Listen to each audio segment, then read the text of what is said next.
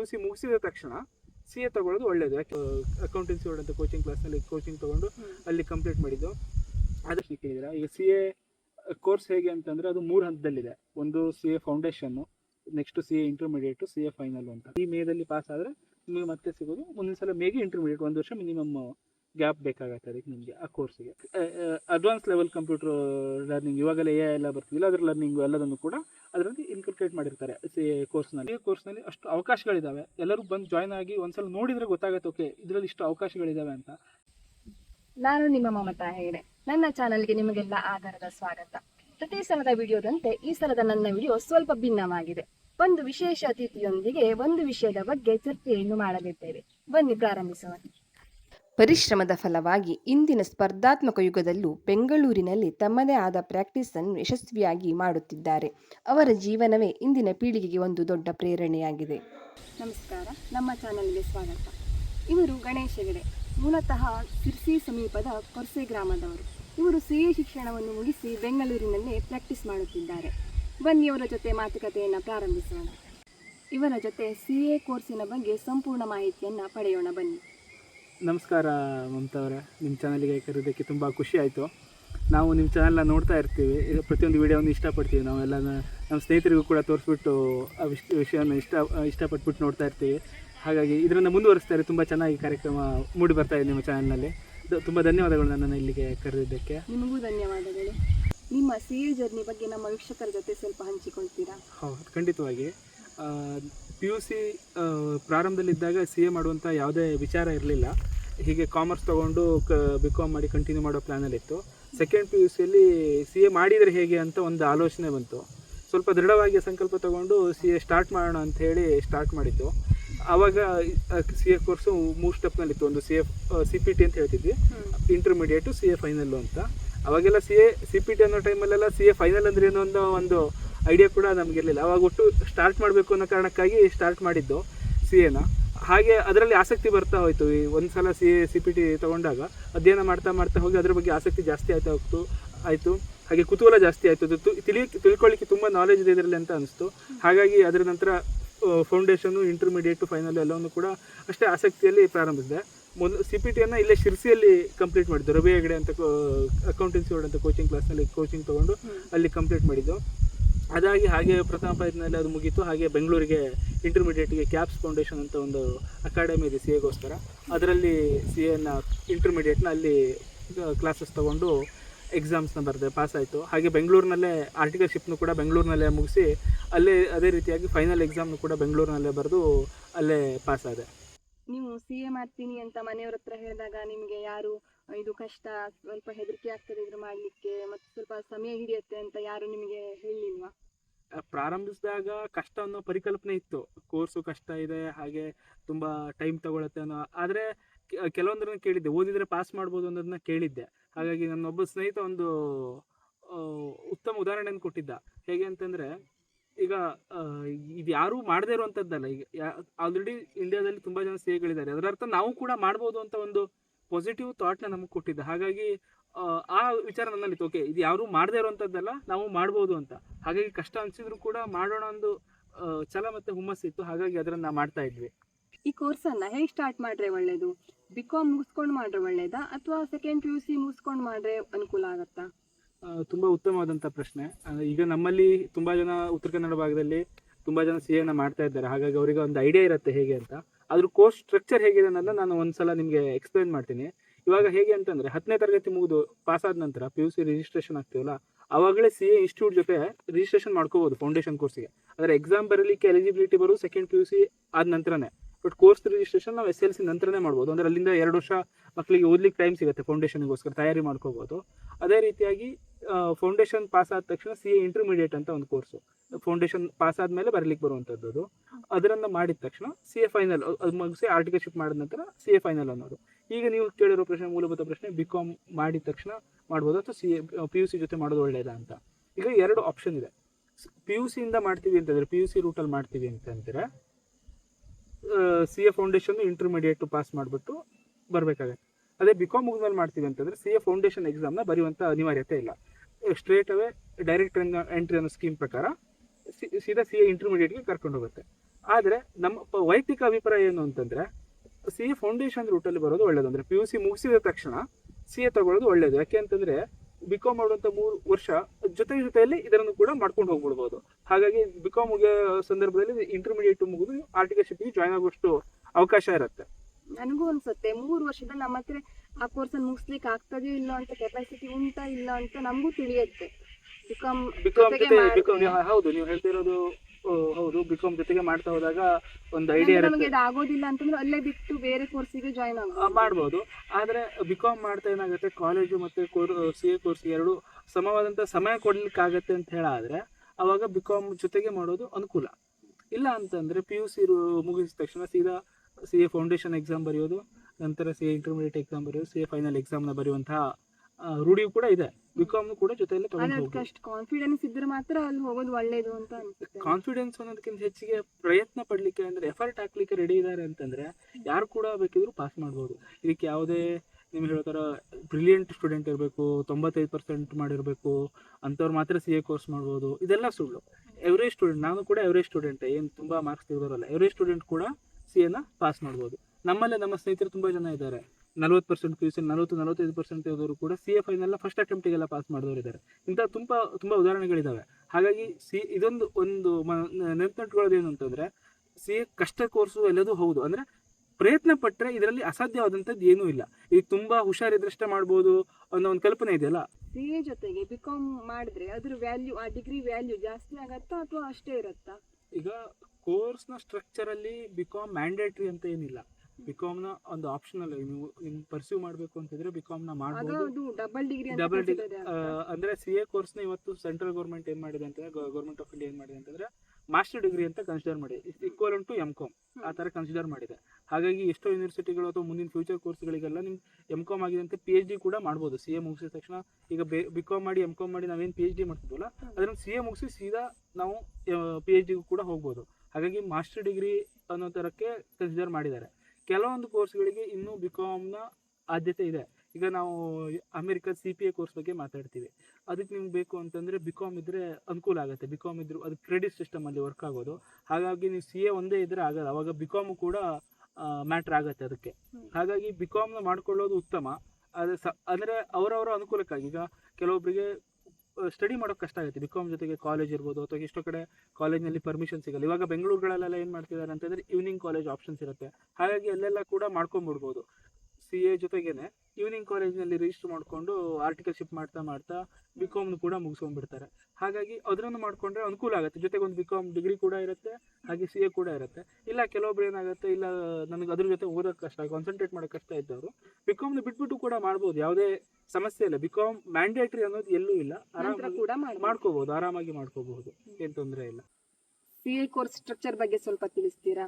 ಮತ್ತೆ ಎಕ್ಸಾಮ್ ಹೇಗೆ ತಗೊಳ್ಳೋದು, ಯಾವಾಗ ತಗೊಳ್ಳೋದು, ಅದ್ರ ಪ್ಯಾಟರ್ನು, ನಂತರ ಎಷ್ಟು ವರ್ಷ ಬೇಕಾಗುತ್ತೆ ಈ ಕೋರ್ಸ್ ಮುಗಿಸ್ಲಿಕ್ಕೆ? ಖಂಡಿತವಾಗಿ ತುಂಬ ಒಳ್ಳೆ ಪ್ರಶ್ನೆ ಕೇಳಿದ್ದೀರಾ. ಈಗ ಸಿ ಎ ಕೋರ್ಸ್ ಹೇಗೆ ಅಂತಂದರೆ ಅದು 3 ಹಂತದಲ್ಲಿದೆ. ಒಂದು C A foundation, next C A intermediate, C A final ಅಂತ. ನಾನು ಮೊದಲೇ ಹೇಳಿದಾಗೆ SLC ಮುಗಿದ ತಕ್ಷಣ ಅಥವಾ 10th ಅಂತ ಹೇಳ್ತೀವಿ, ಅದು ಮುಗಿದ ತಕ್ಷಣ ಸ್ಟ್ರೇಟ್ ಅವೇ ನಾವು ರಿಜಿಸ್ಟ್ರೇಷನ್ಸ್ ಮಾಡ್ಕೋಬೋದು ಸಿ ಎ ಕೋರ್ಸಿಗೆ. ಆದರೆ ಪರೀಕ್ಷೆ ಬರಲಿಕ್ಕೆ ಅವಕಾಶ ಸಿಗೋದು ಫೌಂಡೇಶನಿಗೆ ಸೆಕೆಂಡ್ ಪಿ ಯು ಸಿ ಆದ ನಂತರ. Second P U C pass ಆದ ನಂತರ ನೀವು ಸಿ ಎ ಕೋರ್ಸ್ನ ಸಿ ಎ ಫೌಂಡೇಶನ್ ಎಕ್ಸಾಮ್ನ ಬರಿಬೋದು. ಸಿ ಎ ಫೌಂಡೇಶನ್ ಎಕ್ಸಾಮ್ ಆಗೋಕ್ಕೂ 1 ವರ್ಷ ಟೈಮ್ ಇರುತ್ತೆ. ಸಿ ಎ ಇಂಟರ್ಮೀಡಿಯೇಟಿಗೆ ನಿಮಗೆ ಮಿನಿಮಮ್ 1 ವರ್ಷ, ಪಾಸ್ ಆಗಿದ್ಮೇಲೆ 1 ವರ್ಷ ಗ್ಯಾಪ್ ಕೊಡಲೇಬೇಕು ಸಿ ಎ ಇಂಟರ್ಮೀಡಿಯೇಟಿಗೆ. ಸಿ ಎ ಫೌಂಡೇಶನಲ್ಲಿ ಏನಿರುತ್ತಪ್ಪ ಅಂತಂದರೆ ನಾವು ಬೇಸಿಕ್ಕಾಗಿ ಏನು ಕಲ್ತಿರ್ತೀವಲ್ಲ ಸೆಕೆಂಡ್ ಪಿ ಯು ಸಿ ಅವರಿಗೆ, ಅದರಿಂದ ನಾವು ಸಿ ಎ ಫೌಂಡೇಶನಲ್ಲಿ ಮತ್ತೆ ಅದೇ ಇರುತ್ತೆ. ಅದರಲ್ಲೂ ಕೂಡ 4 ವಿಷಯ 400 ಮಾರ್ಕ್ಸ್ ಇರುತ್ತೆ. 400ಕ್ಕೆ 200 ಬಿದ್ದರೆ ಪಾಸ್ ಆಗುತ್ತೆ. ಅದೇ ಥರನಾಗಿ ಎಲ್ಲದರಲ್ಲೂ ಸಿ ಎ ಕೋರ್ಸ್ ಹೇಗೆ ಅಂತಂದರೆ 50% ಪಾಸಿಂಗ್ ಕ್ರೈಟೀರಿಯಾ ಅಂತ. ನಿಮಗೆ ಪಾಸಾಗಿ ಅಗ್ರಿಗೇಟ್ ಆಗಿ ಟೋಟಲ್ 50% ಬರಬೇಕು. ಮಿನಿಮಮ್ ಈಚ್ ಸಬ್ಜೆಕ್ಟ್ನಲ್ಲಿ ನಿಮಗೆ 40 ಮಾರ್ಕ್ಸ್ ಬರಬೇಕು. ಇವಾಗ ನಾನು ಸಿ ಎ ಫೌಂಡೇಶನ್ನು, ಅದರಲ್ಲಿ 400 ಮಾರ್ಕ್ಸು ಟೋಟಲ್ ಪರೀಕ್ಷೆ ಇರೋದು. ನನಗೆ 4 ವಿಷಯ ಇರುತ್ತೆ, 400 ಮಾರ್ಕ್ಸ್ಗೆ 4 ವಿಷಯ. ಪ್ರತಿಯೊಂದು ವಿಷಯದಲ್ಲೂ ಮಿನಿಮಮ್ 40 ಮಾರ್ಕ್ಸ್ ಬರಲೇಬೇಕು. ಪಾಸ್ ಆಗಿಕ್ಕೆ ಟೋಟಲ್ 200 ಮಾರ್ಕ್ಸ್ ಬರಲೇಬೇಕು. ಒಂದು ವಿಷಯಕ್ಕೆ 60 ಬರಲಿ, ಮತ್ತೊಂದು ವಿಷಯಕ್ಕೆ 40 ಬರಲಿ, ಒಟ್ಟು 200 ಮಾರ್ಕ್ಸು ಬರಲೇಬೇಕು. ಅದೇ ರೀತಿ ಇಂಟರ್ಮೀಡಿಯೇಟ್ ಕೂಡ ಅದರಲ್ಲಿ 6 ವಿಷಯ, ಸಿ ಎ ಫೈನಲ್ಲು ಅದರಲ್ಲೂ ಕೂಡ 6 ವಿಷಯ. ಅದರಲ್ಲಿ ಪಾಸ್ ಆಗೋಕ್ಕೆ 300 ಬರಬೇಕು, ಪ್ರತಿ ವಿಷಯಕ್ಕೂ 40 ಬರಲೇಬೇಕು. ಇದು ಬೇಸಿಕ್ ಎಕ್ಸಾಮ್ ಸ್ಟ್ರಕ್ಚರ್, ಕೋರ್ಸ್ನ ಸ್ಟ್ರಕ್ಚರ್ ಇರೋದು. ಈಗ ಫೌಂಡೇಶನ್ ಹೇಗೆ ಅಂತಂದರೆ ಫೌಂಡೇಶನಿಗೆ ನಿಮಗೆ ಕನಿಷ್ಠ 3 ತಿಂಗಳಾದರೂ ಓದೋಕ್ಕೆ ಕ್ಲಾಸ್ ಅಂತ ಓದ್ಕೊಂಡು ಮಾಡೋಕ್ಕೆ 3 ತಿಂಗಳಾದರೂ ಬೇಕೇ ಬೇಕಾಗತ್ತೆ. ವಿತೌಟ್ ಪ್ರಿಪ್ರೇಷನ್ ಆಗಲ್ಲ. ಸೊ 3 ತಿಂಗಳ ಮಿನಿಮಮ್ ಬೇಕು. ಅದಾಗಿ ಪಾಸ್ ಆಗೋಕ್ಕೂ ನಿಮಗೆ 9 ತಿಂಗಳ ಟೈಮ್ ಅಂತ ಹೇಳ್ತಾರೆ. ನಿಮಗೆ ಎಕ್ಸಾಮ್ ಎಲ್ಲ ಬರೋಕ್ಕೂ ಆಲ್ಮೋಸ್ಟ್ 1 ವರ್ಷ ಆಗುತ್ತೆ ಗ್ಯಾಪ್ ತೊಗೊಂಡ್ರೆ ಇಂಟರ್ಮೀಡಿಯೇಟ್ ಬರೋಕ್ಕೆ. ಇವಾಗ ಮೇದಲ್ಲಿ ಎಕ್ಸಾಮ್ ಆಗುತ್ತೆ. ನಾವು ಪ್ರತಿ ವರ್ಷ ಮೇ ಮತ್ತು ನವಂಬರ್ದಲ್ಲಿ ಎಕ್ಸಾಮ್ ಆಗುತ್ತೆ. ಇವಾಗ ಕೋರ್ಸ್ನ 3 ಸಲ ಎಕ್ಸಾಮ್, ವರ್ಷಕ್ಕೆ 3 ಸಲ ಅಂತ ಮಾಡಿದ್ದಾರೆ. ಮೇ, ಸೆಪ್ಟೆಂಬರ್ ಮತ್ತು ಜನವರಿ ಅಂತ 3 ಎಕ್ಸಾಮ್ ಮಾಡಿದ್ದಾರೆ ಇವಾಗ ಫೌಂಡೇಶನ್ ಮತ್ತು ಇಂಟರ್ಮೀಡಿಯೇಟ್ಗೆ. CA ಫೈನಲಿಗೆ ಆ್ಯಸ್ ಯೂಶ್ವಲ್ 2 ಸಲ ಮಾಡೋದು. ಸೊ ಇವಾಗ ಮೇದಲ್ಲಿ ಎಕ್ಸಾಮ್ ಬರೆದ್ರಿ ಅಂತಂದರೆ CA ಫೌಂಡೇಶನ್ ಮೇದಲ್ಲಿ ಎಕ್ಸಾಮ್ ಬರೆದು ಪಾಸ್ ಆದರೆ ನಿಮ್ಗೆ CA ಇಂಟರ್ಮೀಡಿಯೇಟ್ ಬರೆಯೋಕ್ಕೆ ಅವಕಾಶ ಸಿಗೋದು ಮುಂದಿನ ಸಲ ಮೇಗೆ. 1 ವರ್ಷ ಬೇಕಾಗುತ್ತೆ. ಈ ಮೇದಲ್ಲಿ ಪಾಸ್ ಆದರೆ ನಿಮಗೆ ಮತ್ತೆ ಸಿಗೋದು ಮುಂದಿನ ಸಲ ಮೇಗೆ ಇಂಟರ್ಮೀಡಿಯೇಟ್. 1 ವರ್ಷ ಮಿನಿಮಮ್ ಗ್ಯಾಪ್ ಬೇಕಾಗತ್ತೆ ಅದಕ್ಕೆ ನಿಮಗೆ ಆ ಕೋರ್ಸಿಗೆ.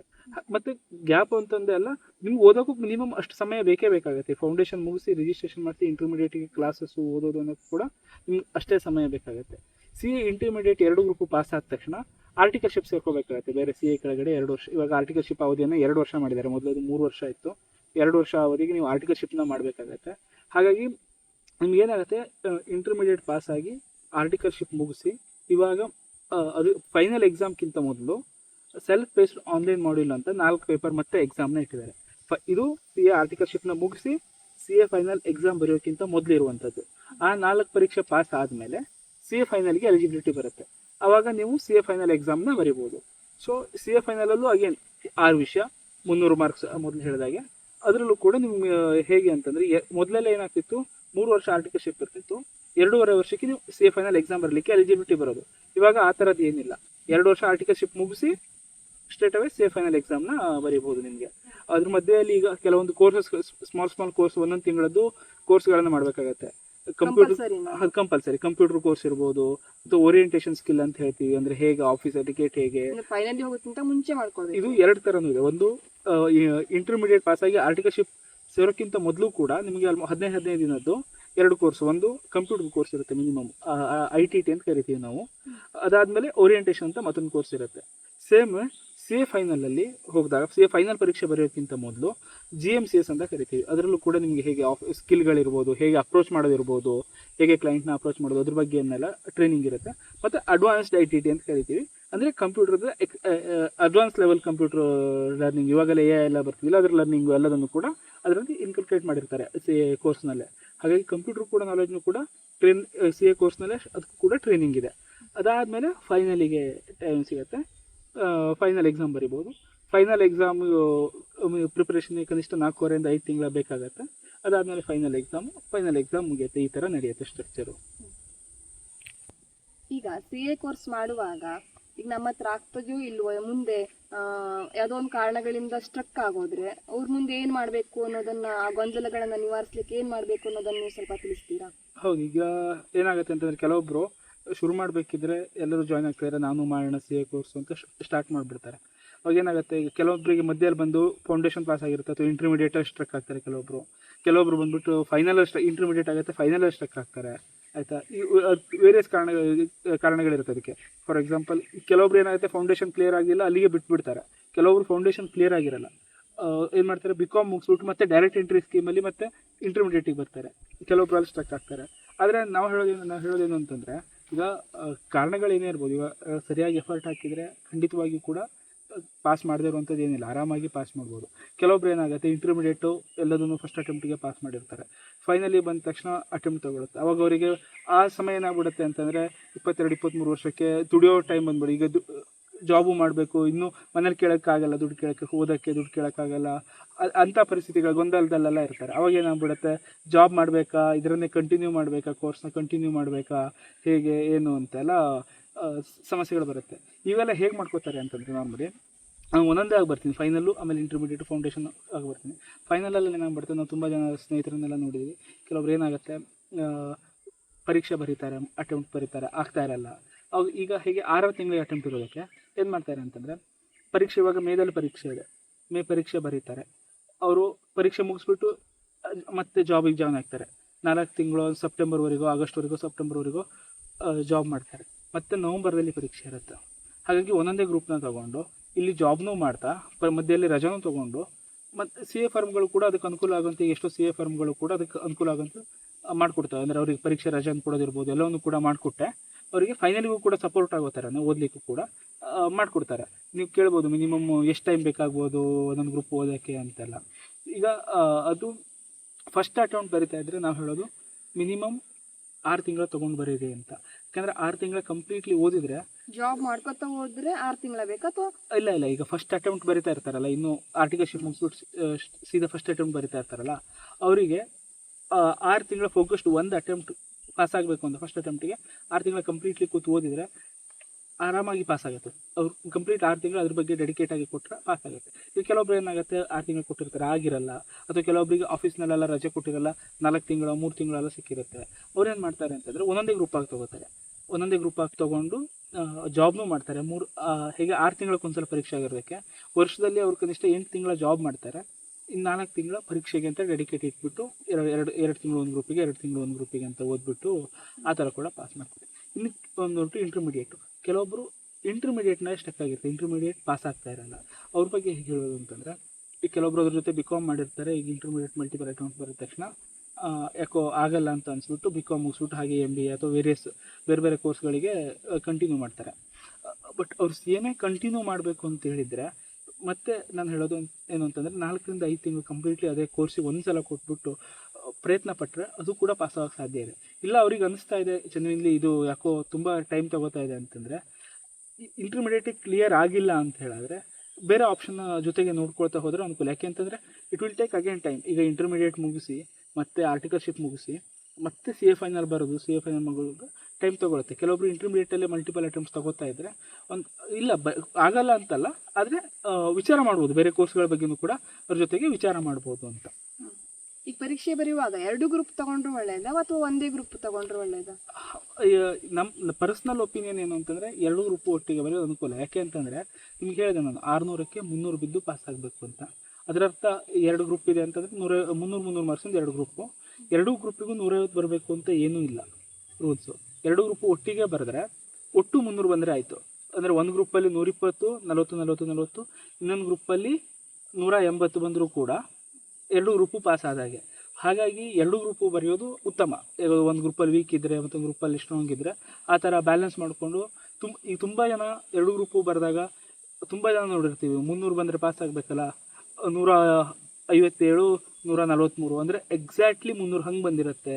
ಅವಾಗ ಅವ್ರು ಏನಾದರೂ ಯಾವ್ದಾದ್ರು ಒಂದೇ ಗ್ರೂಪ್ ಬರೆದಿದ್ರೆ ಮತ್ತೊಂದು ಗ್ರೂಪ್ ಪಾಸೇ ಆಗ್ತಿರಲಿಲ್ಲ. ಆ ಥರ ಎಲ್ಲ ಆಗುತ್ತೆ. ಹಾಗಾಗಿ 2 ಗ್ರೂಪು ಬರೆಯೋದು ಉತ್ತಮ. ಈಗ ಹೇಳಿದ್ನಲ್ಲ, ಜಾಬ್ ಮಾಡ್ತಾ ಬರೆಯೋರಿದ್ರೆ ಅವರಿಗೆ ಬರಿಬೇಕು ಅಂತಿರುತ್ತೆ, ಆದರೆ ಟೈಮ್ ಇರಲ್ಲ, ಅಷ್ಟೇ ಎಫರ್ಟ್ ಹಾಕಬೇಕಾಗುತ್ತೆ, ಟೈಮ್ ಇರಲ್ಲ. ಹಾಗಾಗಿ ಏನು ಮಾಡ್ತಾರೆ, ಅವಾಗ ಒಂದೊಂದು ಗ್ರೂಪ್ ತೊಗೊಂಡು ಅನಿವಾರ್ಯ ಆಗುತ್ತೆ ಒಂದೊಂದು ಗ್ರೂಪೇ ತೊಗೊಂಡು ಬರೆಯೋದು. ಹಾಗಾಗಿ ಒಂದೊಂದು ಗ್ರೂಪ್ ತೊಗೊಂಡು ಬರಿತಾ ಹೋಗ್ಬೋದು. ಕೋರ್ಸ್ ಮಾಡಬೇಕಾದ್ರೆ ಕೋಚಿಂಗ್ ಅನಿವಾರ್ಯತೆ ಇದೆಯಾ ಅಥವಾ ಸೆಲ್ಫ್ ಸ್ಟಡೀಸ್ ಒಂದೇ ಸಾಕಾಗತ್ತಾ? ಸೆಲ್ಫ್ ಸ್ಟಡಿ ಮತ್ತು ಕೋಚಿಂಗ್ ಬಗ್ಗೆ ಅಂದ್ರಲ್ಲ, ಮೊದಲೆಲ್ಲ ಕೋಚಿಂಗ್ ಕ್ಲಾಸಸ್ಗಳು ಇರ್ತಿರ್ಲಿಲ್ಲ, ಎಲ್ಲರೂ ಸೆಲ್ಫ್ ಸ್ಟಡಿನೇ ಮಾಡ್ತಾಯಿದ್ರು. ಆದರೆ ಕೋರ್ಸು ಕೂಡ ಇವಾಗ ಇವ್ಯಾಲ್ಯೂಯೇಟ್ ಆಗಿದೆ ತುಂಬ ದೊಡ್ಡದಾಗಿ. ಅಂದರೆ ಹಾಗಾಗಿ ಸೆಲ್ಫ್ ಸ್ಟಡಿಗಿಂತ ಕೋಚಿಂಗ್ ಅಂದರೆ ಜಸ್ಟ್ ಸಪೋರ್ಟ್ ನಮಗೆ ಕಲಿಯೋಕ್ಕೆ. ಕೋಚಿಂಗ್ ತೊಗೊಂಡು ಮಾಡೋದು ಅನುಕೂಲ, ಐಡಿಯಾ ಬರುತ್ತೆ, ಕೋರ್ಸ್ನ ಸ್ಟ್ರಕ್ಚರ್ ಬರುತ್ತೆ, ಬೇಗ ಕವರ್ ಮಾಡ್ಬೋದು. ಈಗ ನಮಗೆ ಏನಾಗುತ್ತೆ, PUC ಮಕ್ಕಳು ಜಸ್ಟ್ ಮುಗಿಸಿ ಬಂದಿರ್ತಾರಲ್ಲ, ಫೌಂಡೇಶನ್ಗೆ ಬಂದಾಗೆಲ್ಲ ಎಷ್ಟು 19 ವರ್ಷಕ್ಕೆಲ್ಲ ಇಂಟರ್ಮೀಡಿಯೇಟ್ಗೆಲ್ಲ ಬಂದಿರ್ತಾರೆ. ಅವಾಗ ಟ್ಯಾಕ್ಸ್ ಅಂದರೆ ಏನು, ಕಾಸ್ಟ್ ಅಂದರೆ ಏನು, ಏನೂ ಐಡಿಯಾ ಇರಲ್ಲ. ಅವರಿಗೆ ಎಲ್ಲವೂ ಕಂಪ್ಲೀಟ್ ಹೊಸದಾಗಿ ನಾನು ಸ್ವಂತ ಓದ್ತೀನಿ ಅನ್ನೋದೆಲ್ಲ ಇರುತ್ತಲ್ಲ, ಅವ್ರಿಗೆ ಭಾಳ ಕಷ್ಟ ಅನಿಸ್ಬಿಡುತ್ತೆ. ಅವಾಗ ಟೈಮು ತೊಗೊಳುತ್ತೆ. ಹಾಗಾಗಿ ಏನಾಗಿದೆ ಅಂತಂದರೆ ಕೋಚಿಂಗು ಸೇರಿಕೊಂಡ್ರೆ ಅನುಕೂಲ ಆಗುತ್ತೆ, ಕಲಿಯೋಕ್ಕೂ ಕೂಡ ಸಪೋರ್ಟ್ ಆಗುತ್ತೆ, ಎಲ್ಲದೂ ಅನುಕೂಲ ಆಗುತ್ತೆ. ಮತ್ತೊಂದೇನು ಅಂತಂದರೆ ಇವಾಗೆಲ್ಲ ಆನ್ಲೈನು ಕ್ಲಾಸಸ್ಗಳು ಇರ್ತವೆ, ಅಥವಾ ಯೂಟ್ಯೂಬ್ನಲ್ಲಿ ಫ್ರೀ ಇರ್ತವೆ, ಅಥವಾ ಆಫ್ಲೈನ್ ಕ್ಲಾಸಸ್ಗಳು ಎಲ್ಲ ಕಡೆ ಇರ್ತವೆ. ಅದರಲ್ಲಿ ನಮ್ಮ CA ಇನ್ಸ್ಟಿಟ್ಯೂಟ್ ಇದೆಯಲ್ಲ, ಮೆಚ್ಚಲೇಬೇಕಂತ ಒಂದು ಕೆಲಸ, ಪ್ರಶಂಸಾ ಕೆಲಸನೇ ಅದು. ಪ್ರತಿಯೊಂದನ್ನು ಕೂಡ ಯೂಟ್ಯೂಬ್ನಲ್ಲಿ ಫ್ರೀ ಆಗಿ ಬಿಟ್ಟಿದ್ದಾರೆ. CA ಇನ್ಸ್ಟಿಟ್ಯೂಟ್ ಅವ್ರ ವತಿಯಿಂದಲೇ ಅವ್ರ ಯೂಟ್ಯೂಬ್ ಚಾನಲ್ ಇದೆ, ICI ಯೂಟ್ಯೂಬ್ ಚಾನಲ್ ಇದೆ, ಅಲ್ಲಿ ಹೋಗಿ ಫ್ರೀ ಆಗಿಬಿಟ್ಟಿದ್ದಾರೆ ಪ್ರತಿಯೊಂದು ಕಂಟೆಂಟ್. ಮತ್ತು ಈಗ ಎವ್ರಿ ಅಟೆಂಪ್ಟಿಗೆ ಹೊಸ ಲೆಕ್ಚರ್ಗಳನ್ನೇ ಬಿಡ್ತಾರೆ, ಲೈವ್ ಕ್ಲಾಸಸ್ನೂ ಮಾಡ್ತಾರೆ ಫ್ರೀ ಆಗಿ, ಯೂಟ್ಯೂಬ್ನಲ್ಲೂ ಬಿಡ್ತಾರೆ. ಅದನ್ನ ಅಂದರೆ ರೆಗ್ಯುಲರ್ ಕ್ಲಾಸಸ್, ಯಾವುದೋ ಕ್ರ್ಯಾಶ್ ಕೋರ್ಸು ಆ ಥರ ಏನೂ ಅಲ್ಲ, ಕಂಪ್ಲೀಟ್ ಕೋರ್ಸ್ನ ಇನ್ಸ್ಟಿಟ್ಯೂಟ್ನವರು ಫ್ರೀ ಆಗಿ ಬಿಡ್ತಾರೆ. ಅದನ್ನು ಕೂಡ ರೆಫರ್ ಮಾಡೋದು. ತುಂಬ ಅದ್ಭುತವಾದಂಥ ಫ್ಯಾಕಲ್ಟಿಗಳನ್ನೆಲ್ಲ ಕರ್ತಾರೆ, ಎಕ್ಸ್ಪೀರಿಯನ್ಸ್ ಫ್ಯಾಕಲ್ಟಿಗಳನ್ನೆಲ್ಲ ಕರೆಸ್ಬಿಟ್ಟು ತುಂಬ ಒಳ್ಳೊಳ್ಳೆ ಫ್ಯಾಕಲ್ಟಿಗಳು ಬಂದು ಕಲಿಸ್ತಾರೆ, ಅಷ್ಟು ಚೆನ್ನಾಗಿ ಮಾಡಿರ್ತಾರೆ. ಅದು ಬಿಟ್ಟು ಪ್ರೈವೇಟ್ನಲ್ಲೂ ಕೂಡ ನೀವು ಕೋಚಿಂಗ್ ತೊಗೊಬೋದು. ಈಗ ಬೆಂಗಳೂರು ಅಲ್ಲೆಲ್ಲ ಇರೋರೆಲ್ಲ ಆಫ್ಲೈನ್ ಕ್ಲಾಸಸ್ ತಗೋತಾರೆ, ಬೆಂಗಳೂರು, ಚೆನ್ನೈ, ಮುಂಬೈ, ಪುಣೆ ಅಲ್ಲೆಲ್ಲ ಇರೋರೆಲ್ಲ ಆಫ್ಲೈನ್ ರೆಗ್ಯುಲರ್ ಕ್ಲಾಸಸ್ಗಳಿಗೆ ಹೋಗ್ತಾರೆ. ಆದರೆ ನಮ್ಮ ಮತ್ತೆ ಶಿರ್ಸಿ ಸಣ್ಣ ಪುಟ್ಟ ಸಿಟಿಯಲ್ಲಿ ಇರೋರಿಗೆ ಏನಾಗುತ್ತೆ, ಅದಕ್ಕೋಸ್ಕರ ಅಲ್ಲಿ ಹೋಗಿ ಮಾಡೋದಂದ್ರೆ ಉಳಿಯೋದು ಖರ್ಚು ಎಲ್ಲದೂ ಜಾಸ್ತಿ ಆಗುತ್ತೆ. ಹಾಗಾಗಿ ಇವಾಗೆಲ್ಲ ಏನಾಗಿದೆ ಅಂತಂದರೆ ಎಲ್ಲದು ಆನ್ಲೈನ್ ಕ್ಲಾಸಸ್ಗಳು, ಪೆನ್ ಡ್ರೈವ್ ಕ್ಲಾಸಸ್ಗಳು, ಗೂಗಲ್ ಡ್ರೈವ್ ಕ್ಲಾಸಸ್ಗಳು ಎಲ್ಲದೂ ಸ್ಟಾರ್ಟ್ ಆಗಿಬಿಟ್ಟಿದ್ದಾವೆ. ಅವು ಕೂಡ ತುಂಬ ಚೆನ್ನಾಗೇ ಇರ್ತವೆ. ಎಲ್ಲದೂ ಕೂಡ ಕಡಿಮೆ ರೀಸನೇಬಲ್ ಪ್ರೈಸ್ನಲ್ಲೇ ಕೂಡ ಎಲ್ಲ ಎಷ್ಟೆಷ್ಟು ಕೋಚಿಂಗ್ ಕ್ಲಾಸ್ಗಳು ರೀಸನೇಬಲ್ ಪ್ರೈಸ್ನಲ್ಲೇ ಉತ್ತಮವಾದಂಥ ಕಂಟೆಂಟ್, ಉತ್ತಮವಾದಂಥ ಟೀಚಿಂಗ್ ಸ್ಕಿಲ್ ಇರೋವಂಥ ಫ್ಯಾಕಲ್ಟಿಗಳು ತುಂಬ ಕೋಚಿಂಗ್ ಕ್ಲಾಸಸ್ಗಳು ಆನ್ಲೈನ್ ಕೂಡ ಇದ್ದಾವೆ. ಸೊ ಅವರವರ ಅನುಕೂಲಕ್ಕೆ ತಕ್ಕ ಹಾಗೆ ಈಗ ಯಾರಿಗೆ ಆಕ್ಸೆಸಿಬಿಲಿಟಿ ಇದೆಯೋ ಪ್ರಿಫರೆನ್ಸ್ ಆಫ್ಲೈನಿಗೆ ಕೊಡಿ. ಯಾಕೆ ಅಂತಂದರೆ ಆಫ್ಲೈನಲ್ಲಿ ಕಲ್ತಿರುವಂಥದ್ದು ಏನಿದೆಯಲ್ಲ, ಕೂತಲ್ಲಿ ಕ್ಲಾಸ್ ಅಟೆಂಡ್ ಮಾಡಿ ಅದು ಬರೋದಿದೆಯಲ್ಲ, ಅದಕ್ಕೂ ಆನ್ಲೈನಿಗೂ ವ್ಯತ್ಯಾಸ ಆಗೇ ಆಗುತ್ತೆ. ಮತ್ತು ಈಗಿನ ಕಾಲದಲ್ಲಿ ನಮ್ಗೆ ಗೊತ್ತು, ಮೊಬೈಲಲ್ಲಿ ನಾವು ಕ್ಲಾಸ್ ನೋಡ್ತೀವಿ ಅಂತ ಕೂತ್ಕೊಂಡು ಕ್ಲಾಸ್ ಎಷ್ಟೊತ್ತು ನೋಡ್ತೀವೋ ಅದಕ್ಕಿಂತ ಜಾಸ್ತಿ ಹೊತ್ತು ಮೊಬೈಲ್ ನೋಡಿರ್ತೀವಿ ನಾವು. ಹಾಗಾಗಿ ಅದಕ್ಕಿಂತ ಆನ್ಲೈನ್ಗಿಂತ ಆಫ್ಲೈನಿಗೆ ಹೋದರೆ ಉತ್ತಮ. ಆದರೆ ಯಾರಿಗೆ ಈಗ ಹೇಳಿದ್ನಲ್ಲ ಆಕ್ಸೆಸಿಬಿಲಿಟಿ ಕಡಿಮೆ ಇರುತ್ತೆ, ಈಗ ನಮ್ಮ ರೂರಲ್ ಏರಿಯಾದಲ್ಲಿ ಆಕ್ಸೆಸಿಬಿಲಿಟಿ ಕಮ್ಮಿ ಇರುತ್ತಲ್ಲ, ಅವಾಗ ಏನು ಮಾಡ್ಬೋದು ಅಂತಂದರೆ ಆನ್ಲೈನ್ ಕ್ಲಾಸಸ್ನ ತೊಗೊಂಡು ಕಂಟಿನ್ಯೂ ಮಾಡ್ಬೋದು. ಇಲ್ಲ ಕೆಲವೊಬ್ರು ತುಂಬ ಬಡತನದಲ್ಲಿದೆ, ಕೆಲವೊಬ್ರಿಗೆ ಅನಿಸುತ್ತೆ ಕೋಚಿಂಗ್ ಕ್ಲಾಸಸ್ ಕೊಡೋಷ್ಟು ದುಡ್ಡಿಲ್ಲ, ಹೇಗೆ ಮಾಡೋದಪ್ಪ ಅಂತೆಲ್ಲ ವಿಚಾರ ಮಾಡಬೇಡಿ. ಯೂಟ್ಯೂಬ್ನಲ್ಲಿ ಪ್ರತಿಯೊಂದು ಕ್ಲಾಸ್ಗೂ ಫ್ರೀಯಾಗಿ ವಿಡಿಯೋ ಬಿಟ್ಟಿದ್ದಾರೆ ಮತ್ತು ಪ್ರತಿಯೊಂದು ಕೂಡ ತುಂಬ ಚೆನ್ನಾಗಿ ಮಾಡಿದ್ದಾರೆ. ಯಾವುದೋ ಏನೋ ಇಲ್ಲಿರೋ ಥರದ್ದಲ್ಲ, ತುಂಬ ಚೆನ್ನಾಗಿ ಮಾಡಿರ್ತಾರೆ. ಸೊ ಹಾಗಾಗಿ ಅದರನ್ನು ಕೂಡ ನೀವು ರೆಫರ್ ಮಾಡ್ಬೋದು, ಏನೂ ತೊಂದರೆ ಇಲ್ಲ. ಫೈನಾನ್ಷಿಯಲಿ ಪ್ರಾಬ್ಲಮ್ ಇದೆ, ನಮ್ಗೆ ಕೋಚಿಂಗ್ ಕ್ಲಾಸ್ ಸಪೋರ್ಟ್ ಆಗಲ್ಲ ಅಂತ ಕೂಡ ಸಿ ಇನ್ಸ್ಟಿಟ್ಯೂಟ್ನ ಅದನ್ನೆಲ್ಲ ಮಾಡಿದೆ. ಈಗ ಕ್ರ್ಯಾಶ್ ಕೋರ್ಸ್ ಅಂದ್ರಲ್ಲ, ಅದ್ರ ಬಗ್ಗೆ ಸ್ವಲ್ಪ ತಿಳಿಸಿ. ಕ್ರ್ಯಾಶ್ ಕೋರ್ಸ್ ಅಂದರೆ ಹೇಗೆ ಮಾಡಿರ್ತಾರೆ ಅಂತಂದರೆ ರೆಗ್ಯುಲರ್ ಕ್ಲಾಸ್ಗಿಂತ ಸ್ವಲ್ಪ ಭಿನ್ನ. ಬೇಗ ಬೇಗ ಮುಗಿಸ್ಬೇಕು ಅಂದರೆ ಸೇಮ್ ಕೋರ್ಸ್ನ ಕಂಟೆಂಟ್ ಎಲ್ಲವನ್ನೂ ಕವರ್ ಮಾಡಿರ್ತಾರೆ, ಆದರೆ ಫಾಸ್ಟಾಗಿ ಮಾಡಿರ್ತಾರೆ. ಫಾಸ್ಟ್ ಟ್ರ್ಯಾಕ್ ಅಂತ ನಾವು ಕರಿತೀವಿ. ಈಗ 120 ತಾಸು ಕಲಿಸೋದನ್ನು 60 ತಾಸು 65 ತಾಸಲ್ಲಿ. ಕೆಲವೊಬ್ರು ಏನಾಗುತ್ತೆ, ನೀವು ಅದೇ ಹೇಳ್ತಾ ಇದ್ದೆ, ಎಕ್ಸಾಮಿಗೆ 2 ತಿಂಗಳ ಇರುತ್ತೆ, 3 ತಿಂಗಳ ಇರುತ್ತೆ, ಏನು ಮಾಡಬೇಕು ಅಂತ ಗೊತ್ತಾಗಿರಲ್ಲ, ಪ್ಯಾನಿಕ್ ಆಗಿಬಿಟ್ಟಿರ್ತಾರೆ. ಅವಾಗ ಈ ಥರ ಕ್ಲಾಸಸ್ನ ತೊಗೊಂಡು ಏನು ಮಾಡ್ತಾರೆ, ಬೇಗನೂ ಕವರ್ ಆಗುತ್ತೆ, ಸಿಲೆಬಸ್ಸು ಕವರ್ ಆಗುತ್ತೆ, ಓದೋಕ್ಕೂ ಆಗುತ್ತೆ ಅಂತ ಹೇಳ್ಬಿಟ್ಟು ಈ ಥರ ಕ್ರ್ಯಾಶ್ ಕೋರ್ಸಸ್ ಅಥವಾ ಫಾಸ್ಟ್ ಟ್ರ್ಯಾಕ್ ಇರುತ್ತಲ್ಲ ಅದರನ್ನು ತಗೊಂಡು ಕ್ಲಾಸಸ್ನ ಮಾಡ್ತಾರೆ. ಆದರೆ ಇಲ್ಲಿ ಹೇಳಬೇಕಾಗಿರೋದು ಏನು ಅಂತಂದರೆ, ಕ್ರ್ಯಾಶ್ ಕೋರ್ಸು ಮತ್ತು ಇದಕ್ಕೆಲ್ಲ ಬರಬೇಕಿದ್ರೆ 2-3 ತಿಂಗಳು ಒಂದು ಪ್ಯಾನಿಕ್ ಆಗೋಕ್ಕಿಂತ ಸ್ಟಾರ್ಟಿಂಗಿಂದನೇ ಕನ್ಸಿಸ್ಟೆಂಟಾಗಿ ಓದ್ತಾ ಬಂದರೆ ಇದ್ಯಾವುದು ಸಮಸ್ಯೆ ಆಗಲ್ಲ ಅಂತ. ಮುಂದೆ ನೋಡೋಣ, ಮುಂದೆ ಓದೋಣ ಅಂತ ಬಿಟ್ಟು ಬಂದರೆ ಇದೆಲ್ಲ ಸಮಸ್ಯೆ ಇದೆ. ಹಾಗಾಗಿ ಬೆಟರ್ ಅಂದರೆ ಕನ್ಸಿಸ್ಟೆಂಟ್ ಸ್ಟಡಿ ಬೇಕು. ಕೋಚಿಂಗ್ ತೊಗೊಳ್ಳಿ, ಕೋಚಿಂಗ್ ತೊಗೊಳ್ಳದೇ ಇರಲಿ, ಕೋಚಿಂಗ್ ತೊಗೊಂಡ್ರೂ ಕೂಡ ನಿಮ್ಗೆ ಕನ್ಸಿಸ್ಟೆಂಟ್ ಸೆಲ್ಫ್ ಸ್ಟಡಿ ಬೇಕೇ ಬೇಕು. ಯಾಕೆ ಅಂತಂದರೆ ಈ ಕೋರ್ಸ್ ಇರೋದೇ ಸೆಲ್ಫ್ ಸ್ಟಡಿ ಸ್ಟ್ರಕ್ಚರ್ ಇರೋ ಕೋರ್ಸ್. ನಾವು ಓದ್ದೇನೆ ಈ ಕೋರ್ಸ್ನ ಬರೀ ಕೋಚಿಂಗ್ ನೋಡ್ಬಿಟ್ಟು ಪಾಸ್ ಮಾಡ್ತೀನಿ ಸಾಧ್ಯ ಇಲ್ಲ. ನಾವು ಓದಲೇಬೇಕು. ಕೋಚಿಂಗ್ ಕ್ಲಾಸ್ ಎಷ್ಟೊತ್ತು ಮಾಡ್ತೀವೋ ಅದ್ರ 2ರಷ್ಟು 3ರಷ್ಟು ನಾವು ಓದಲೇಬೇಕು. ನಾವು ಓದಿ ನಮ್ಮ ಎಫರ್ಟಿಂದನೇ ಪಾಸ್ ಆಗಬೇಕೇ ವಿನಃ ಕೇವಲ ಕೋಚಿಂಗ್ ಕ್ಲಾಸ್ ಒಂದೇ ತೊಗೊಂಡು ಪಾಸ್ ಆಗ್ತೀನಿ ಅನ್ನೋದು ಸುಳ್ಳು. ಅಥವಾ ಕೋಚಿಂಗ್ ತೊಗೊಂಡವ್ರಷ್ಟೇ ಪಾಸ್ ಆಗ್ತಾರೆ, ಕೋಚಿಂಗ್ ತೊಗೊಳ್ಳೋದವ್ರು ಪಾಸ್ ಆಗಲ್ಲ ಅನ್ನೋದೆಲ್ಲ ಇಲ್ಲ. ಕೋಚಿಂಗ್ ತೊಗೊಳ್ಳೋದು ಕೂಡ ನೀವು ಅಷ್ಟು ಎಫರ್ಟ್ ಹಾಕ್ತೀರ ಅಂದರೆ ಆರಾಮಾಗಿ ಪಾಸ್ ಆಗ್ಬೋದು. ಹಾಗಾಗಿ ಕೋಚಿಂಗು ತೊಗೊಳ್ಳಿ, ಅದ್ರ ತಕ್ಕಾಗೆ ಓದೋದನ್ನು ಮಾಡಬೇಕು. ನಮ್ಮ ಸೆಲ್ಫ್ ಸ್ಟಡಿ ಅಷ್ಟೇ ಇಂಪಾರ್ಟೆಂಟ್. ಎಷ್ಟು ಕೋಚಿಂಗ್ ಬೇಕೋ ಸೆಲ್ಫ್ ಸ್ಟಡಿನೂ ಅಷ್ಟೇ ಇಂಪಾರ್ಟೆಂಟ್ ಈ ಕೋರ್ಸ್ಗೆ. CA ಆದ್ಮೇಲೆ ಅವಕಾಶಗಳು ಏನೇನಿವೆ? ಅಥವಾ ಭಾರತದಲ್ಲಿ ಒಂದೇ ಜಾಬಿಗೆ ಹೋಗ್ಬೇಕಾ ಅಥವಾ ಹೊರಗಡೆನೂ ಈ ನಮ್ಮ ಭಾರತಕ್ಕೆ ಬೇರೆ ಕಡೆಗೂ ವ್ಯಾಲ್ಯೂ ಅವಕಾಶ ಇದೆ ಅಂತ ನಿಮ್ಮ ಪ್ರಶ್ನೆ ಅಲ್ವಾ? ಹೌದು. ನಮ್ಮಲ್ಲಿ ಒಂದು ಮಿಸ್ಕನ್ಸೆಪ್ಷನ್ ಇದೆ ಅಂತಂದ್ರೆ CA ಮಾಡಿದ್ರೆ ಬರೀ ಭಾರತಕ್ಕಷ್ಟೇ ಸೀಮಿತ ಅಂದ್ಕೊಂಡಿದ್ದಾರೆ. ಇಲ್ಲ, ಜಗತ್ತಿನ ಹಲವು ರಾಷ್ಟ್ರಗಳಲ್ಲಿ CA ಕೋರ್ಸ್ನ ರೆಕಗ್ನೈಸ್ ಮಾಡಿದ್ದಾರೆ. ಎಕ್ಸಾಂಪಲ್ ಹೇಳಬೇಕು ಅಂದರೆ ದುಬೈ, UAE, ಮಿಡಲ್ ಈಸ್ಟ್ ಕಂಟ್ರಿಗಳೆಲ್ಲ ಇದ್ದಾರಲ್ಲ, ಅಲ್ಲಿ ಇವತ್ತು ಮಿಡಲ್ ಈಸ್ಟ್ ಕಂಟ್ರಿಗಳನ್ನು ಫೈನಾನ್ಷಿಯಲಿ ಬ್ಯಾಕ್ ಬೋನ್ ಆಗಿ ನಡೆಸ್ತಿರೋರೆ ಭಾರತದ CAಗಳು. ಹಾಗಾಗಿ ಅಬ್ರಾಡ್ ಕೂಡ ಅಪರ್ಚುನಿಟಿ ಇದ್ದಾವೆ. ಅದೇ ರೀತಿಯಾಗಿ ಬೇರೆ ಬೇರೆ ಕಂಟ್ರಿಗಳಲ್ಲಿ ಲೈಕ್ ಯುರೋಪ್ನ ಬೇರೆ ಬೇರೆ ಕಂಟ್ರಿಗಳಲ್ಲಿ ಕೂಡ ಅವಕಾಶಗಳಿದ್ದಾವೆ, ಆಸ್ಟ್ರೇಲಿಯಾದಲ್ಲಿ ಕೂಡ ಅವಕಾಶಗಳಿದ್ದಾವೆ. ಹಾಗಾಗಿ ಇದು ಕೇವಲ ಭಾರತಕ್ಕಷ್ಟೇ ಸೀಮಿತವಾದಂಥ ಕೋರ್ಸ್ಗಳಲ್ಲ. ಅದಕ್ಕೆ ಅಂತಲೇ ಇವಾಗ ನಮ್ಮ CA ಇನ್ಸ್ಟಿಟ್ಯೂಟ್ ಕೂಡ ಆಯಾ ದೇಶಗಳಲ್ಲೂ ಕೂಡ ಎಕ್ಸಾಮ್ನ ಅಲ್ಲಿ ಲೋಕಲ್ ಜನ ಬರೀಬೇಕು ಅಂತ ಅಲ್ಲೂ ಕೂಡ ಎಕ್ಸಾಮ್ಗಳನ್ನು ಕಂಡಕ್ಟ್ ಮಾಡುತ್ತೆ. ಹಾಗಾಗಿ ಅದೊಂದು ಅವಕಾಶ ಇದೆ. ಭಾರತದಲ್ಲೂ ಕೂಡ ನಿಮಗೆ ಜಾಬಿಗೆ ಏನು ತೊಂದರೆ ಇಲ್ಲ. ಪ್ರತಿಯೊಂದು ಕಂಪ್ನಿಗಳಿಗೂ CAಗಳು ಬೇಕೇ ಬೇಕು. ಪ್ರತಿಯೊಂದು ಎಷ್ಟು ಅವಕಾಶ ಇದೆ, GST ಇದೆ, ಟ್ಯಾಕ್ಸ್ ಇದೆ, ತುಂಬ ನೀವು ಮಗದಷ್ಟು ಸಿಗುತ್ತೆ ಅಂತೀವಲ್ಲ, ಹಾಗೆ ಅಷ್ಟು ಅವಕಾಶಗಳು ಭಾರತದಲ್ಲೂ ಕೂಡ ಇದೆ. ಇವಾಗ ಇನ್ನೊಂದು, ನೀವು CA ಮಾಡಿದ ತಕ್ಷಣ ನೋಡೋಕೆ ಹೋದರೆ 3 ಆಪ್ಷನ್. ಒಂದು ಜಾಬ್ ಮಾಡ್ಬೋದು, ಇನ್ನೊಂದು ಪ್ರಾಕ್ಟೀಸ್ ಮಾಡ್ಬೋದು, ಇಲ್ಲ ಕೆಲವೊಬ್ರು ಏನು ಮಾಡಿರ್ತಾರೆ CAನ ಮಾಡಿ ಅವ್ರ ಫ್ಯಾಮಿಲಿ ಬಿಸ್ನೆಸ್ ಇರ್ಬೋದು ಅಥವಾ ಅವ್ರ ಪರ್ಸ್ನಲ್ ಪ್ಯಾಷನ್ ಇರ್ಬೋದು. ಎಷ್ಟೋ ಜನ ಯೂಟ್ಯೂಬರ್ಸ್ ಇದ್ದಾರೆ, CA ಮಾಡಿರ್ಬೋದು, ಇದೇ CA ಕಂಟೆಂಟ್ ಮೇಲೆ ಯೂಟ್ಯೂಬ್ ಚಾನಲ್ನ ನಡೆಸ್ತಾರೆ, ಕಂಟೆಂಟ್ ಕ್ರಿಯೇಷನ್ನು. ಅವ್ರಿಗೆ ಯಾವುದೇ ಅನುಕೂಲ ಅನ್ಸುತ್ತೋ ಅದಕ್ಕೆಲ್ಲ ಜಾಯ್ನ್ ಆಗ್ತಾರೆ. ಬಟ್ ಇಲ್ಲಿ ಕಲ್ತಿರೋಂಥ ನಾಲೆಜ್ ಎಲ್ಲೂ ವೇಸ್ಟ್ ಆಗಲ್ಲ. ಅವ್ರು ಯಾವುದೇ ಫೀಲ್ಡಲ್ಲಿ ಇದ್ರು ಕೂಡ ಅದು ಟ್ಯೂಷನ್ ಕ್ಲಾಸ್ ಇವತ್ತು ಇಂಡಿಯಾದಲ್ಲಿ ಬಿಗ್ ಇಂಡಸ್ಟ್ರಿ. ಅದು ಇಂಡಿಯಾದಲ್ಲಿ ಅಂತಲ್ಲ, ಹೊರಗಡೆನೂ ಕೂಡ ಅದನ್ನು ಸಬ್ಸ್ಕ್ರೈಬ್ ಮಾಡ್ತಾರೆ ಕ್ಲಾಸಸ್ಗಳಿಗೆ. ಹಾಗಾಗಿ ಅದು ಕೂಡ ದೊಡ್ಡ ಇಂಡಸ್ಟ್ರಿ ಇದೆ. ಅದು ಬಿಟ್ಟು ಪ್ರಾಕ್ಟೀಸ್ ಯಾವತ್ತೂ ಆಪ್ಷನ್ ಇದೆ. ನೀವು ಒಂದ್ಸಲ CA ಆದರೆ ಲೈಫ್ ಟೈಮ್ CA, ನಿಮ್ಗಲ್ಲಿ ಮತ್ತೆ ಇದಿಲ್ಲ. ನೀವು ಯಾವತ್ತೂ ಕೂಡ ಇಲ್ಲ ನಂಗೆ ಜಾಬ್ ಮಾಡಿ ಬೇಜಾರಾಯಿತು, ನಂಗೆ ಪ್ರಾಕ್ಟೀಸ್ ಯಾವತ್ತೂ ಆಪ್ಷನ್ ಇದೆ. ಅಥವಾ ಜಾಬೇ ಇಲ್ಲ, ನಾವು ಜಾಬೇ ಮಾಡ್ತೀನಿ ಅಂತಂದರೆ ಎಷ್ಟೋ ಕಾರ್ಪೊರೇಟ್ ಕಂಪ್ನಿಗಳಲ್ಲಿ CFO ಲೆವೆಲ್ವರೆಗೆ ಜಾಯ್ನ್ ಆಗ್ಬೋದು. ಅಥವಾ ಎಷ್ಟೋ ಫೈನಾನ್ಷಿಯಲ್ ಅಡ್ವೈಸರ್ ಆಗಿ ನಮ್ಮ ಸೀನಿಯರ್ ಸರ್ ಒಬ್ಬರಿದ್ದರು, ಅವ್ರು ಇವತ್ತು ಸಿಂಗಾಪುರಿನ ಗೌರ್ಮೆಂಟಿಗೆಲ್ಲ ಅಡ್ವೈಸ್ ಮಾಡ್ತಾರೆ. ಅಷ್ಟು ಆ ಲೆವೆಲಿಗೆ ಗ್ರೋತಿಗೆ ಅವಕಾಶ ಇದೆ. ಹಾಗಾಗಿ CA is not limited to Indian job market ಅಥವಾ ಯಾವುದೋ ಇಂಡಿಯನ್ ಸ್ಮಾಲ್ ಪ್ರಾಕ್ಟೀಸ್ಗೆ ಆ ಥರ ಇಲ್ಲ. ಇವತ್ತು ಗ್ಲೋಬಲಿ ತುಂಬ ಎಕ್ಸ್ಪಾಂಡ್ ಆಗಿದೆ CA ಪ್ರೆಸೆನ್ಸು. ಯಾಕೆಂದರೆ ಜಗತ್ತಿನಲ್ಲಿ ಸೆಕೆಂಡ್ ಲಾರ್ಜೆಸ್ಟ್ ಅಕೌಂಟಿಂಗ್ ಬಾಡಿ ಯಾವುದು ಅಂತಂದರೆ CA. ಹಾಗಾಗಿ CA ಇಲ್ಲದೇ UAEದಲ್ಲ ಕೆಲಸಗಳಾಗೋದು ಬಹಳ ಕಷ್ಟ, ಫೈನಾನ್ಷಿಯಲ್ ಕೆಲಸಗಳಾಗೋದು ಭಾಳ ಕಷ್ಟ. ಇದು ಬಿಟ್ಟು ಇಲ್ಲ ನನಗೆ CA ಮಾಡಿ ಅಮೆರಿಕದಲ್ಲಿ ಜಾಬ್ ಮಾಡಬೇಕು ಅಥವಾ ಯುರೋಪ್ನಲ್ಲಿ ಜಾಬ್ ಮಾಡಬೇಕು ಆ ಥರ ಎಲ್ಲ ವಿಚಾರ ಇದ್ದರೆ, ನಮ್ಮ CA ಇನ್ಸ್ಟಿಟ್ಯೂಟ್ ಏನು ಮಾಡಿದೆ, ತುಂಬ ಟೈಅಪ್ಗಳನ್ನು ಮಾಡ್ಕೊಂಡಿದೆ. ಹೇಗೆ ಅಂತಂದರೆ ACC ಅಂತ ಮತ್ತೊಂದು ಕೋರ್ಸ್ ಇದೆ. ನೀವು CA ಪಾಸ್ ಆದ್ರಿ ಅಂತಂದ್ರೆ ಅಲ್ಲಿ 13 ಪೇಪರ್ನಲ್ಲಿ 9 ಪೇಪರಿಗೆ ಎಕ್ಸೆಂಪ್ಷನ್ ಕೊಡುತ್ತೆ. ಕೇವಲ 4 ಪೇಪರನ್ನು ಪಾಸ್ ಮಾಡಿದ್ರೆ ನೀವು ಯುರೋಪ್ನಲ್ಲಿ ಕೂಡ CA ಆಗಿ ವರ್ಕ್ ಮಾಡ್ಬೋದು, ದುಬೈನಲ್ಲಿ ವರ್ಕ್ ಮಾಡ್ಬೋದು. ಆಯ್ತು, ಅದೇ CPAಗೂ ಕೂಡ ಅವಕಾಶಗಳಿದ್ದಾವೆ. CPA ಕೋರ್ಸ್ನ ಮಾಡಿಬಿಟ್ಟು ಅಮೆರಿಕದಲ್ಲೂ ಕೂಡ ಜಾಯ್ನ್ ಆಗ್ಬೋದು. ಹಾಗಾಗಿ ಮತ್ತೊಂದು ಏನು ಅಂತಂದರೆ, ಇದಾದಮೇಲೆ ವೇರಿಯಸ್, ಈಗ ಕೆಲವೊಬ್ಬರು 21 ವರ್ಷಕ್ಕೆಲ್ಲ CA ಆಗಿಬಿಟ್ಟಿರ್ತಾರೆ. ಅವರಿಗೆ ಇನ್ನೂ ಕಲಿಯುವಂಥ ಹುಮ್ಮಸ್ಸಿದ್ರೆ ಅವರಿಗೆ ಬೇರೆ ಬೇರೆ ಕೋರ್ಸ್ಗಳು ಇದ್ದಾವೆ. ಲೈಕ್ ಎನ್ರೋಲ್ಡ್ ಏಜೆಂಟ್ ಅಂತ, US ಟ್ಯಾಕ್ಸೇಷನ್ ರಿಲೇಟೆಡ್ ಇರ್ಬೋದು, ಅಥವಾ ಈ ACCA ಹೇಳಿದ್ನಲ್ಲ ಹಾಗೆ. ಹಾಗಾಗಿ ಕಲಿಯೋಕ್ಕೆ ಮತ್ತು ಮುಂದೆ ಕಲಿಯೋಕೆ, ಅದು ಬಿಟ್ಟು ನಮ್ಮ CA ಇನ್ಸ್ಟಿಟ್ಯೂಟೇ ಹಲವಾರು ಕೋರ್ಸ್ಗಳನ್ನು ಪ್ರೊವೈಡ್ ಮಾಡುತ್ತೆ. DISA ಅಂತ ಇರ್ಬೋದು, ಇನ್ಫಾರ್ಮೇಷನ್ ಸಿಸ್ಟಮ್ ಆಡಿಟ್ ಇರ್ಬೋದು, ಕನ್ಕರೆಂಟ್ ಆಡಿಟ್ ಇರ್ಬೋದು, ಇಂಟರ್ನ್ಯಾಷನಲ್ ಟ್ಯಾಕ್ಸೇಷನ್ ಇರ್ಬೋದು, ಅಥವಾ GST ಮೇಲೆ ಇರ್ಬೋದು, ಇಂಡಿಯಾಸ್ ಮೇಲೆ ಇರ್ಬೋದು. ವೇರಿಯಸ್ ಈ ಕೋರ್ಸ್ಗಳನ್ನು ನಮ್ಮ CA ಇನ್ಸ್ಟಿಟ್ಯೂಟೇ ಪ್ರೊವೈಡ್ ಮಾಡುತ್ತೆ ಮುಂದೆ ಫ್ಯೂಚರಿಗೋಸ್ಕರ. ಅದನ್ನು ಕೂಡ ಸರ್ಟಿಫಿಕೇಟ್ ಕೋರ್ಸ್ಗಳನ್ನು ನಾವು ಅದ್ರ ಜೊತೆಗೇ ಮಾಡ್ಕೋಬೋದು.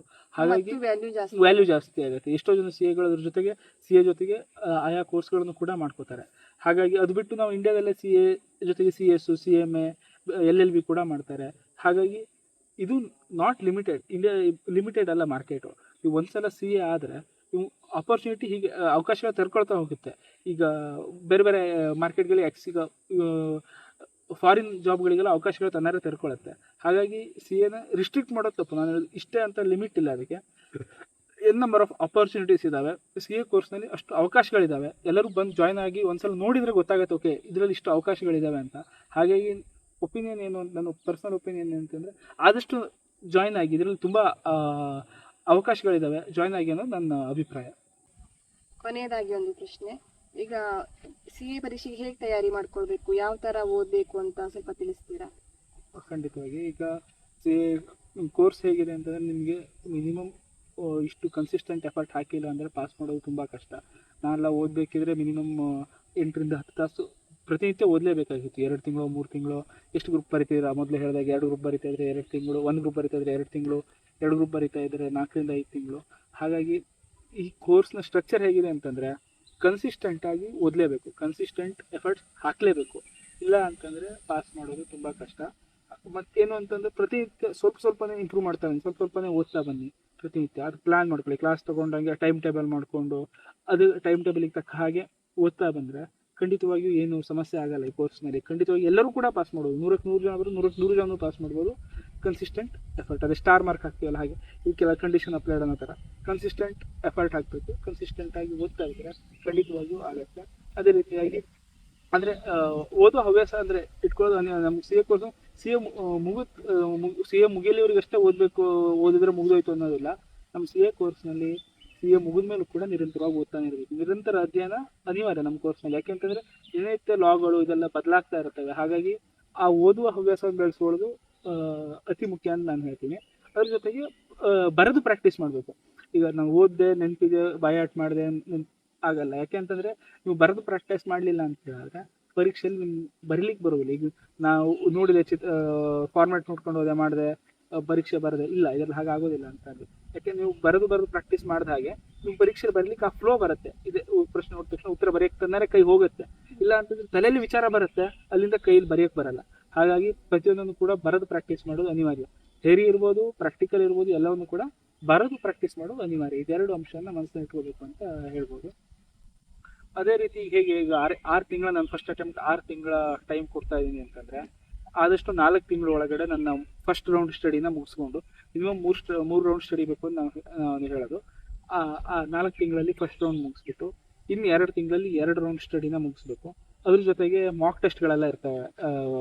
ಅವರನ್ನು ಪ್ರಿಪೇರ್ ಮಾಡೋಕ್ಕೆ ಮಾಕ್ ಟೆಸ್ಟ್ಗಳಿರ್ತವೆ. ಕನಿಷ್ಠ 2 ಮಾಕ್ ಟೆಸ್ಟ್ಗಳನ್ನು ಬರೋದು ಹೇಗೆ ಪರೀಕ್ಷೆ ಹೇಗಿರುತ್ತೆ ಅಂತ ಒಂದು ನಾಲೆಜ್ ಬರುತ್ತೆ. ಹಾಗೆ ಇದಿಷ್ಟು ಮಾಕ್ ಟೆಸ್ಟ್ನು ಬರೋದು. ಅಥವಾ ಕೆಲವೊಬ್ರು ಏನಾಗಿರುತ್ತೆ, ಈಗ ಮಲ್ಟಿಪಲ್ ಅಟೆಂಪ್ಟ್ ಬರೆದಿರ್ತಾರೆ ಅಂತ ಹೇಳಿ, ಈಗ ಫಸ್ಟ್ ಅಟೆಂಪ್ಟಿಗೆ ಆಗಿರಲ್ಲ, 2ನೇ ಅಟೆಂಪ್ಟ್ 3ನೇ ಅಟೆಂಪ್ಟ್ ಇದ್ದವರಿಗೆಲ್ಲ ಒಂದು ರೌಂಡ್ ಓದ್ಕೊಂಡು ಅವಾಗ ಪ್ರೀವಿಯಸ್ ಕ್ವಶನ್ ಪೇಪರ್ನ ಮಲ್ಟಿಪಲ್ ಪ್ರೀವಿಯಸ್ ಕ್ವಶನ್ ಪೇಪರ್ನ ಸಾಲ್ವ್ ಮಾಡಿದ್ರು ಅವ್ರಿಗೊಂದು ಕಾನ್ಫಿಡೆನ್ಸ್ ಬರುತ್ತೆ. ಪೇಪರ್ ಸಾಲ್ವ್ ಮಾಡಿದರೆ ಒಂದು ಕಾನ್ಫಿಡೆನ್ಸ್ ಇರುತ್ತೆ ಮುಂದೆ, ಓಕೆ ಪರೀಕ್ಷೆಯಲ್ಲಿ ಬರಿಬೋದು ಅಂತ.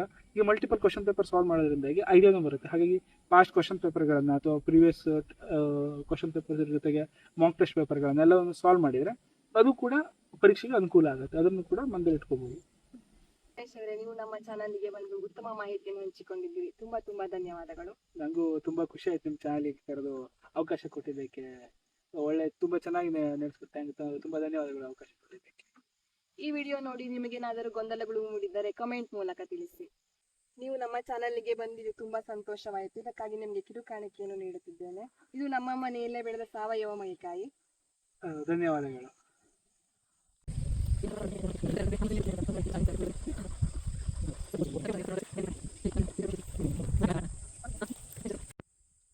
ಈ ವಿಡಿಯೋ ಇಷ್ಟ ಆದರೆ ಲೈಕ್ ಮಾಡಿ, ಶೇರ್ ಮಾಡಿ, ಸಬ್ಸ್ಕ್ರೈಬ್ ಮಾಡಿ. ಮತ್ತೆ ಇದೇ ತರಹದ ವಿಡಿಯೋದೊಂದಿಗೆ ಮತ್ತೆ ಸಿಗೋಣ. ಧನ್ಯವಾದಗಳು.